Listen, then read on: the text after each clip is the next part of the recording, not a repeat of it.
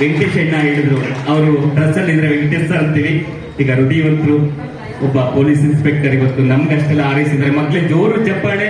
ಅವ್ರಾದಷ್ಟು ಬೇಗ ACP ಆಗಿ DCP ಆಗಲಿ SP ಆಗಿ ನಮ್ಮ ಸಂಸ್ಥೆ ಬಂದ ಎಲ್ಲರೂ ಕೂಡ ನಾನು ಇದ್ದೀನಿ ನುಗ್ಗಿನ ಮಟ್ಟಕ್ಕೆ ಅವರು ಬೆಳಿಗ್ಗೆ ಅವ್ರ ಶ್ರಮ ಇದೆ, ಪ್ರಾಮಾಣಿಕ ನಿಷ್ಠಾವಂತರು. ಅವ್ರಿಗೆ ಭಗವಂತ ಒಳ್ಳೇದ್ ಮಾಡ್ಲಿ ಅಂತ ಹೇಳ್ತಾ, ಚುನಾವಣೆ ಒತ್ತಡ ಇದ್ರು ಕೂಡ ಸರ್ಕಾರ ಸಿಗಿದ್ರು ಕೂಡ ಮಕ್ಕಳಿಗೆ ನಾವು ಒಂದು ಪ್ರೇರಣೆ ಆಗ್ಬೇಕು ಅಂತ ಬಂದಿರ್ತಕ್ಕಂಥ ಪೊಲೀಸ್ ಇನ್ಸ್ಪೆಕ್ಟರ್ ಶ್ರೀಯುತ ವೆಂಕಟೇಶ್ ಅವರ ಮಾತ ನಮ್ಮ ಮಕ್ಕಳು ಕೇಳಿಕೆ ಅಂತಾರೆ. ವೇದಿಕೆಯಲ್ಲಿ ಆಸೀನರಾಗಿರುವಂತಹ ಪೂಜ್ಯ ಸಮರ್ಪಣೀಯ ಎಲ್ಲ ಹಿರಿಯರಿಗೆ ಹಾಗೂ ಎಲ್ಲ ವೇದಿಕೆಯ ಎಲ್ಲ ಗಣ್ಯರಿಗೂ ಕೂಡ ಸಂರಕ್ಷಣಾ ರೈನ್ಬೋ ಹೋಮ್ ಸಂಸ್ಥೆಯ ವತಿಯ ಈ ಒಂದು ಕಾರ್ಯಕ್ರಮಕ್ಕೆ ನಾನು ಸ್ವಾಗತವನ್ನ ಕೋರ್ತಾ ಚಿಂತನೆ ಮಾಡಬೇಕು. ಈ ಒಂದು ನಿಟ್ಟಿನ ನನಗೆ ಇಷ್ಟಪಟ್ಟಿದ್ದೀನಿ ನವೀನ್ ಸರ್ ಮತ್ತೆ ಈ ಒಂದು ಆಶ್ರಯ ಸಂಸ್ಥೆಗೆ. ಮಕ್ಕಳುಗಳನ್ನ ನೀವೇನು ಪೋಷಣೆ ಮಾಡ್ತಿದ್ದೀರಾ, ಸಂರಕ್ಷಣೆ ಮಾಡ್ತಾ ಇದ್ದೀರಾ, ಸಂಪನ್ಮೂಲ ವ್ಯಕ್ತಿಗಳನ್ನ ಕರೆಸಿ ಹಾಗಿಂದಾಗೆ ಕಾರ್ಯಕ್ರಮಗಳನ್ನ ರೂಪಿಸಿ ಆ ಮಕ್ಕಳಿಗೆ ನಮ್ಮ ಸನಾತನ ಸಂಸ್ಕೃತಿ, ಹಿಂದೂ ಸಂಸ್ಕೃತಿ, ಪಾಶ್ಚಾತ್ಯ ನಾಗರಿಕತೆಯತ್ತ ವಾಲುತ್ತಿರುವಂತಹ ಇಂದಿನ ಸಮಾಜದಲ್ಲಿ ನಮ್ಮ ಸಂಸ್ಕೃತಿಯನ್ನ ಯಾವ ರೀತಿ ಎತ್ತಿ ಹಿಡಿಯಬೇಕು. ಸಂಸ್ಥೆಯ ಹೆಸರನ್ನ ಕೇಳಿದ್ರೆ ಅಲ್ಲಿ ಒಂದು ಸಕಾರಾತ್ಮಕ ಚಿಂತನೆಗಳಿದೆ ಅಂತ ಗೊತ್ತಾಗ್ಬಿಡುತ್ತೆ. ಸಂರಕ್ಷಣೆ, ರಕ್ಷಣೆಯಲ್ಲಿ ಸಂರಕ್ಷಣೆ. ರೈನ್ಬೋ, ಕಾಮನ ಬಿಲ್ಲು ಯಾವಾಗ ಮೂಡುತ್ತೆ? ವರುಣದೇವ ಆಕಾಶದಿಂದ ತನ್ನೆಲ್ಲ ಶಕ್ತಿಗಳನ್ನ ಸುರಿಸಿ ನಂತರ ಆಕಾಶ ತಿಳಿಯಂತ ಬಂದ ಕಾಮನ ಬಿಲ್ಲು ಬೀಳುತ್ತೆ. ನಾವಿದ್ದೀವಿ, ನೀವು ಭರವಸೆ. ಕಾಮನ ಬಿಲ್ಲು ಜಗತ್ತಿಗೆ ಭರವಸೆ. ಆ ಭರವಸೆಯ ಪ್ರತೀಕವೇ ಒಂದು ಹೋಗಿ ನಾನು ನೋಡ್ ಕೂಡಲೇ ನನ್ನ ಚಿಂತನೆಗಳು ಸಕಾರಾತ್ಮಕದತ್ತ ವಾಲ್ತು. ಅಂದ್ರೆ ಇಂದಿನ ಸಮಾಜದಲ್ಲಿ ನಾನು, ನನ್ನ ಕುಟುಂಬ, ನಾವು ಚೆನ್ನಾಗಿದ್ರೆ ಸಾಕು ಅನ್ನುವಂತಹ ಈ ಒಂದು ವಾಸ್ತವಿಕ ಪ್ರಪಂಚದಲ್ಲಿ ಮಕ್ಕಳುಗಳನ್ನ ಸಂರಕ್ಷಣೆ ಮಾಡಿ ಮಕ್ಕಳುಗಳಿಗೆ ಒಂದು ಸರ್ವಾಂಗೀಣ ಅಭಿವೃದ್ಧಿಯಲ್ಲಿ ರಕ್ಷಣೆಯನ್ನ ಕೊಡಬೇಕು ಅಂತಹ ಇಂತಹ ಒಂದು ಸಂಸ್ಥೆಗಳು ಇಂದಿಗೆ ವಿರಳ, ಅತಿ ವಿರಳ ಅಂತ ಹೇಳಕ್ ನಾನು ಇಷ್ಟಪಡ್ತೇನೆ. ಆದ್ರೆ ಈ ಒಂದು ರೈನ್ಬೋ ಸಂರಕ್ಷಣಾ ಕಾಮನ ಬಿಲ್ಲು ಆಶ್ರಯ ಮನೆ ಅಂತ ಹೇಳಿದ್ರೆ ತಪ್ಪಾಗಲಾರದು. ಸಂರಕ್ಷಣಾ ಕಾಮನ ಬಿಲ್ಲಿನ ಆಶ್ರಯ ಮನೆ ಅಂತ ಹೇಳಿದ್ರೆ ತಪ್ಪಾಗಲಾರದು. ಈ ಒಂದು ಸಂಸ್ಥೆಯಲ್ಲಿ ಎಷ್ಟು ಜನ ಮಕ್ಕಳಿದ್ದೀರಾ? ನಿಜವಾಗ್ಲೂ ಕೂಡ ನಮ್ಮ ಪೂಜ್ಯ ಗುರುಗಳೇ ಶಶಿಧರ ಕೋಟೆ ಸಾಹೇಬರು, ಇದು ಭಾಷಣದ ಕಾರ್ಯಕ್ರಮವಲ್ಲ, ಆದರೆ ಮಕ್ಕಳ ಕಾರ್ಯಕ್ರಮ. ಮಕ್ಕಳು ದೇವರ ಸಮಾನ.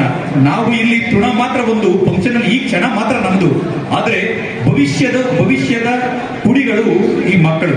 ಆ ಮಕ್ಕಳುಗಳಿಗೆ ಸಕಾರಾತ್ಮಕ ಚಿಂತನೆಗಳು, ಧಾರ್ಮಿಕ ಚಿಂತನೆಗಳು, ಅಭಿವೃದ್ಧಿಯ ಚಿಂತನೆಗಳು, ವಿದ್ಯಾಭ್ಯಾಸದ ಒಂದು ಸುಲಲಿತ ವಿಚಾರಧಾರೆಗಳನ್ನ ಅವರಿಗೆ ಹೆರಿದಾಗ ಮುಂದೊಂದಿನ ಸಮಾಜ ಬಲಿಷ್ಠ ಪದದತ್ತ ಸಾಗಬೇಕಾದ್ರೆ ನಿಜವಾಗ್ಲೂ ಕೂಡ ಇಂತಹ ಸಂಸ್ಥೆಗಳಲ್ಲಿನ ಮಕ್ಕಳಿಗೆ ಸರ್ವಾಂಗೀಣ ಪದದಲ್ಲಿ ವಿದ್ಯಾಭ್ಯಾಸಗಳಾಗಬೇಕು.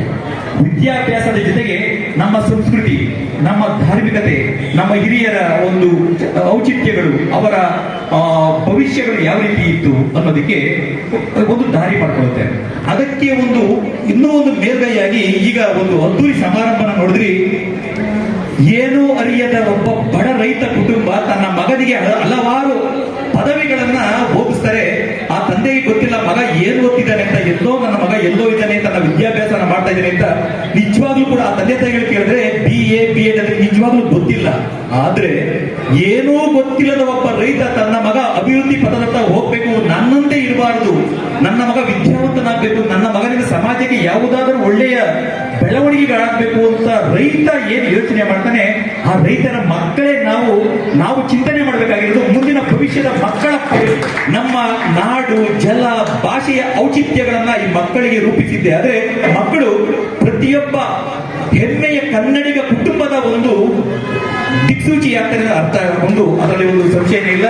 ಸರ್, ನಾನು ಹೇಳ್ತೀನಿ, ದಯವಿಟ್ಟು ನಾನು ಕೂಡ ನಿಮ್ಮ ಜೊತೆಗಿರ್ತೀನಿ ಸರ್. ನಮ್ಮ ಒಂದು ಸರ್ವಿಸ್ ಅಲ್ಲಿ ಇರ್ಬೋದು ಅಥವಾ ನನ್ನ ವಿಶ್ರಾಂತಿಯ ಒಂದು ವೃತ್ತಿ ಸೇವೆ ಆಗ್ಬೋದು, ಯಾವಾಗ್ಲಾದ್ರೂ ಕರೀರಿ, ನಾನು ನಿಮ್ಗೆ ಒಂದು ನೈತಿಕ ಸಹಾಯವಂತ ನಾನು ಕೂಡ ನಿಮ್ ಜೊತೆಗಿರ್ತೀನಿ.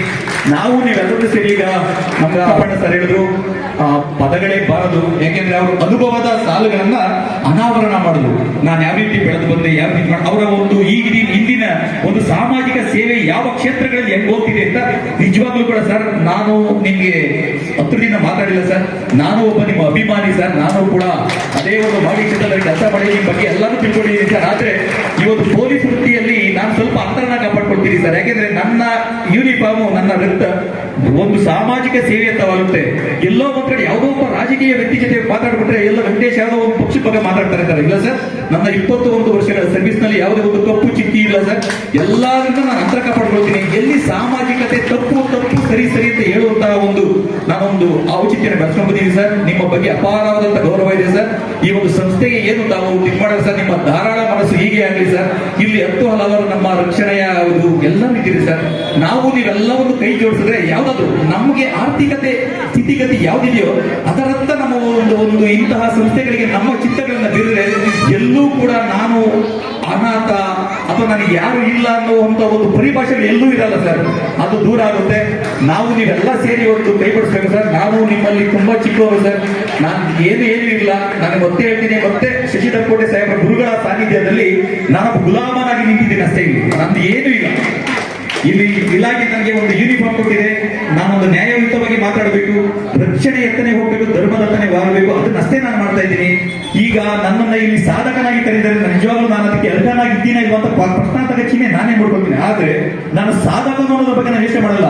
ಇಂತಹ ಸಾಧಕರ ನಡುವೆ ನಾನೊಬ್ಬ ಇಲ್ಲಿ ತೃಣ ಮಾತ್ರ ನಿಂತ್ಕೊಂಡಿದ್ದೀನಲ್ಲ, ನಾನು ಅಷ್ಟೇ ಸಾಕು ಅಂತ ಇಷ್ಟಪಡ್ತೀನಿ. ಜೊತೆಗೆ ನೋಡಿದ್ರೆ ನಮಗೂ ಕೂಡ ಇವತ್ತು ಹೌದಲ್ವಾ, ಇಲ್ಲೊಂದು ನನ್ನ ಸಂಸ್ಥೆ ಇದೆ ಅಲ್ವಾ, ನಾವು ಯಾವ್ದಾದ್ರು ಒಂದು ಫ್ರೀ ಟೈಮ್ ಅಲ್ಲಿ ಹೋಗ್ಬೇಕು, ಆ ಮಕ್ಕಳ ಜೊತೆ ಕಾಲ ಕಳೆಯಬೇಕು, ಅಥವಾ ಮಕ್ಕಳಿಗೆ ಯಾವ್ದಾದ್ರು ಒಂದು ಒಳ್ಳೆಯ ಚಿಂತನೆಯನ್ನ ನಮ್ಮ ಮೂಡಬೇಕು ಅಂತ ನನಗೂ ಕೂಡ ಅನಿಸ್ತಿದೆ ಸರ್. ದಯವಿಟ್ಟು ನಾನು ನಿಮ್ ಜೊತೆಗೆ ಇರ್ತೀನಿ ಸರ್. ಎಲ್ಲರೂ ಸೇರಿ ಇಂತಹ ಒಂದು ಸಂಸ್ಥೆಗಳನ್ನ ಅಭಿವೃದ್ಧಿ ಪದತ್ತ ತಗೋಣ ಅಂತ ಹೇಳ್ತಾ ಈ ಒಂದು ಕಾರ್ಯಕ್ರಮಕ್ಕೆ ನನ್ನನ್ನು ಆಹ್ವಾನಿಸಿದ ನನ್ನ ಪ್ರೀತಿಯ ನವೀನ್ ಅವರಿಗೂ, ರೂಪಾ ಮೇಡಮ್, ಶೈಲಜಾ ಮೇಡಮ್ ಅವರಿಗೂ ಮತ್ತೆ ಎಲ್ಲರಿಗೂ ಕೂಡ ಹೃತ್ಪೂರ್ವಕ ಅಭಿನಂದನೆಗಳನ್ನು ಸಲ್ಲಿಸ್ತೇನೆ. ಜೈ ಕರ್ನಾಟಕ.